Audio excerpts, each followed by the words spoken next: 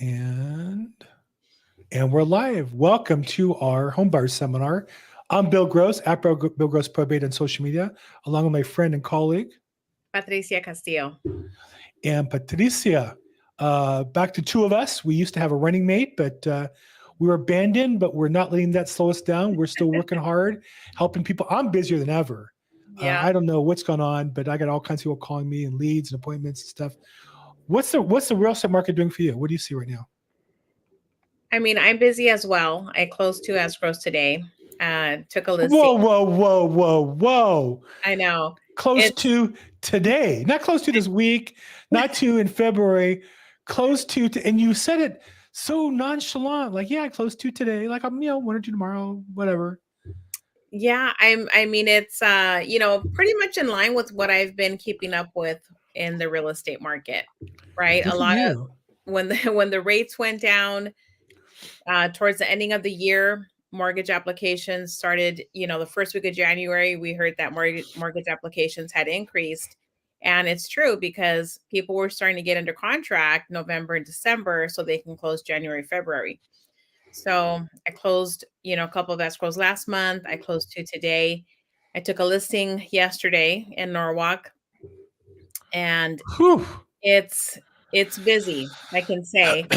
But one of the, main concerns that's still coming up today is affordability, right? I've read that 1 in 5, 1 out of 5 home buyers cannot qualify to buy a home. And, there's a couple more that feel that they're just kind of afraid or they're nervous because when you look at the rates, first we had predictions of rates coming down as of spring of 2024.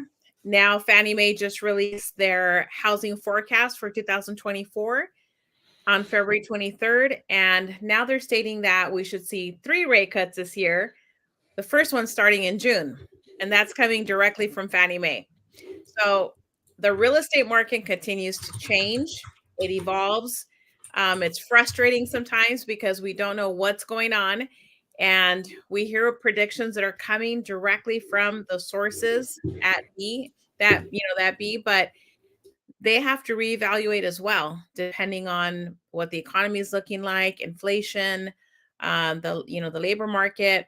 And so here we are giving you the latest update in terms of where we are at today. Well, and yet people who are buying today, writing offers, when did they typically start their process?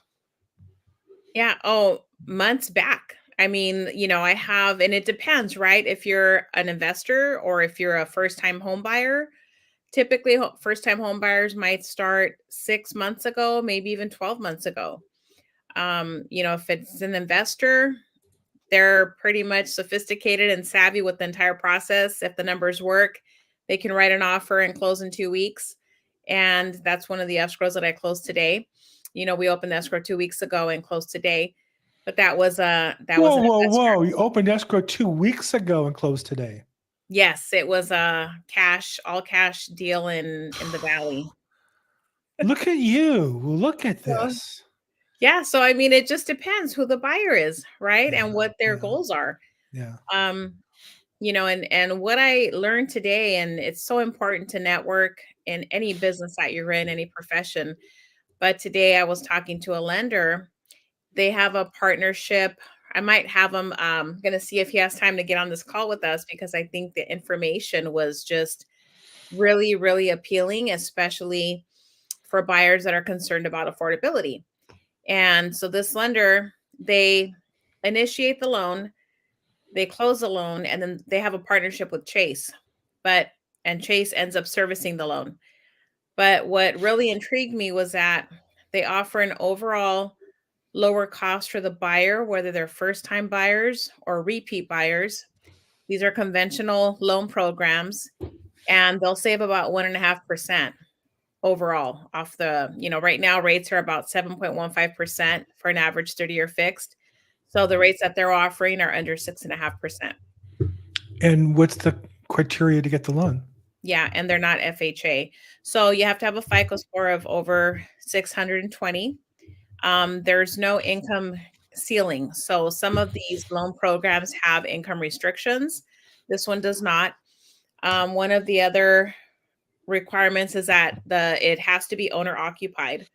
So if you're buying the property, you must live in it. You can't buy it for a rental property. Um, and so when the loan is initiated by this lender, they do the underwriting and they do the whole process as far as packaging the deal, doing the underwriting, the appraisal, getting the loan approval, all that. And then after that, once the loan closes, then it gets serviced by Chase. But it's a really good program because there's certain pockets of LA, certain neighborhoods that qualify for this lending program. So it's not open to every single property in every county, but certain neighborhoods that they're, looking to build sustainability in. Wow. So obviously, if somebody's interested in that program, they should reach out to you directly and you'll put that together? Yes, absolutely. Fantastic. I also talked to a guy today. I interviewed a lender I've worked with before who has a program where a buyer gets pre-approved. Mhm. They pay a little higher fee, but their offer is cash, meaning the buyer of record is the lender, and they make an offer all cash, close in 10 days, no loan contingency. And so I think that as the market, continues to be competitive, buyers maybe 6 months ago, these programs came out, lenders wouldn't take the time really to explain them to them. Right. Today, the lenders have to explain these programs because that's the business that's available today. Sure. Yeah, and I think just providing that information to buyers, whether they're first time or repeat buyers, but having that information and knowing what opportunities are out there is really what it takes to get you into escrow and have these contracts written and understood, right? Because when buyers understand what they're doing along the process, they feel more empowered, they feel more confident, and it takes that nervousness and fear away from taking that leap, especially first time buyers. They are really green, and even the lingo that we use and the vocabulary, explaining contingencies and knowing, when to remove them and not, and also keeping up with buyers and when they have to submit other conditions that the lender might need once you are in escrow and getting your loan approved. So those are all things that really make a difference in helping buyers get into a deal successfully and close escrow successfully. So, how would you rate the market where you're in? I know here in the West LA area and overall in the city of Los Angeles, Mhm. Altos Research has it at a 40, which is a seller's market, still slight, not as intense as 6 months ago, but still to some degree. What Right. do you see in your market? I do see that it's a seller's market. I think listings are taking a little longer to sell. I mean, they're not flying off the shelf and, selling in 5 days like they were during the pandemic, but I have seen listings that haven't had any price reductions, but are taking about, 45 to maybe 60 days to sell in some cases, but still selling at the price that the properties were listed at. So I do Yeah. see it's still a seller's market, but I am also seeing that sellers are in some cases helping with closing costs for the buyer. Yeah. I'm curious, the news is making a big deal out of this commission lawsuit. I don't believe the lawsuit has the same power in California, where we have buyer broker agreements. We have the ability to customize our contracts built into them. Theoretically, buyers, today have the right to ask for that. Without getting into all the politics and legalese of all that, but my question is, do you get buyers at all talking to you about commissions and their ability to negotiate your commission, or when making offers, wanting to be the buyer's commission separate from the listing agent? Or is that just something that's in the press and buyers don't really care about in your experience? Because I haven't had anybody ask me about it. It's in the Right. news, but I haven't had any consumer even bring it up as a subject. Right. And that's a good topic too, because I think when buyers are hearing that on the news, they're thinking, oh, great. Not only do we have to come in with the down payment, but we have to also worry about commission, right? Right. And paying the real estate agent. Right. Stupid. but I personally haven't had any buyers ask me about that being an extra cost for them, right, as part of the process. Or But on the positive side, have you had any say to you, will you take a lower commission, or can we offer less? Or, I mean, the point of all this theoretically is to empower buyers to get a lower commission. Has there been any buyer approached you? Now you might say, no, I don't lower my commission, and it's negotiable. We're allowed to say no. I think some right, people assume just because the buyer asked for it, you have to cut your commission. But have you even had a buyer even bring up the subject matter at all to you? I haven't. Yeah, I interesting. haven't, and I haven't even even when I'm working on the listing agreement with the seller and getting that signed and talking about the price and when we're going to go live on the market and all of the preparation that we do before the listing even hits the MLS, the sellers haven't approached me either and asked, am I going to pay the other side as well? Am I just going to pay half? They haven't even brought up the lawsuit.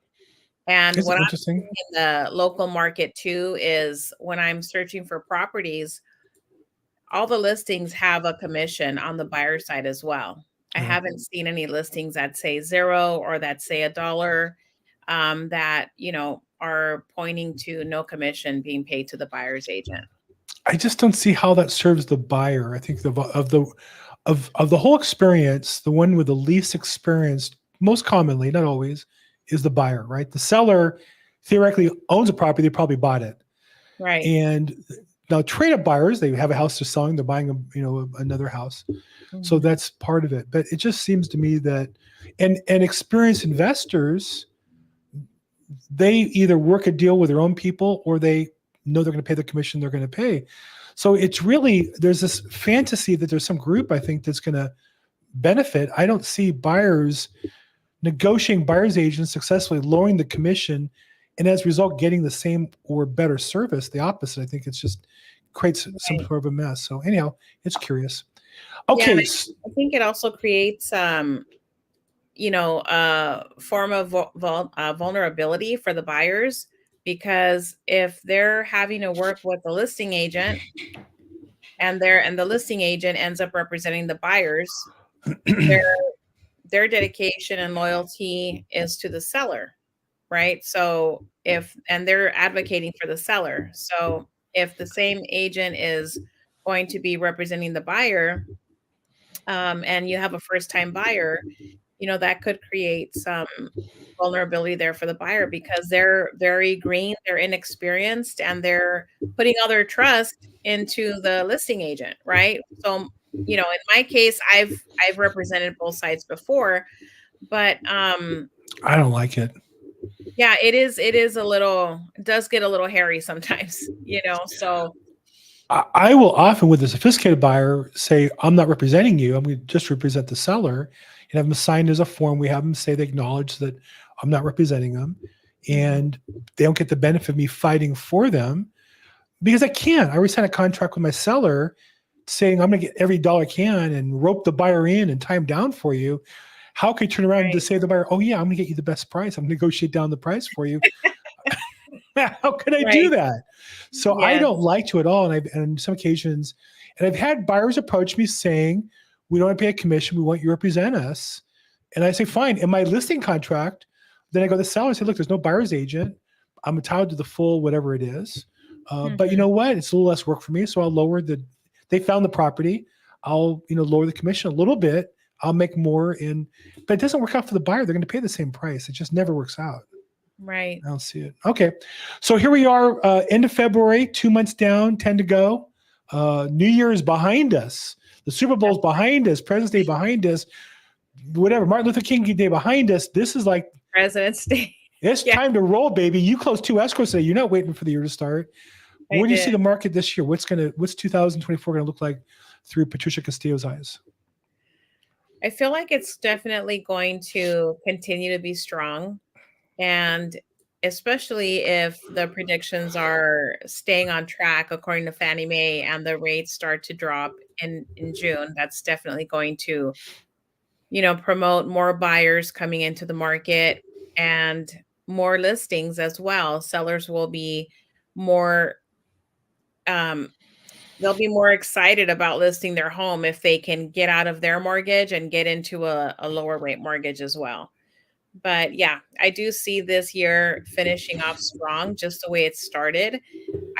I was busy all last year and started off with closings this year as well. So I think it's just going to continue throughout the year. And the most important part of that is educating buyers and sellers on what's really going on in the market, because the news just always makes it sound negative, and you really can't trust that with your own personal investment that you're going to be doing. You really have to talk to a real estate professional to get the most up to date, truthful, current information.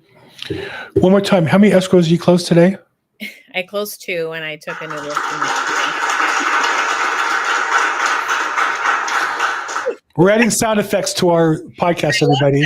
We're upgrading. Yes, we're not slowing down. So we're upgrading. Well, look, I'm really proud of you. You're doing a great job. You're really serving your customers well, and it shows. I love your social media too. You're really doing a great job being out there educating your customers, and it's paying off for you. So congratulations for the success, and more importantly, congratulations for putting the work in, and well deserved.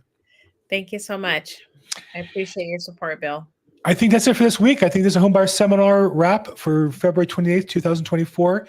We do this every week around 5 o'clock-ish because we're both kind of busy, but we're here to help you. If you want to reach out, text, email, call, whatever, social media. I'm at Bill Gross Probate social media. Patricia Castillo, your phone number is? Yes, 323-365-9909. And I'm also on social media at Patricia Castillo Sells LA. And she is on social media, and she does sell LA. And I do sell LA. She's all over the place selling stuff and on social media. So congratulations. Great job. We'll talk to you guys soon. Have a great week. Thank you so much, everybody.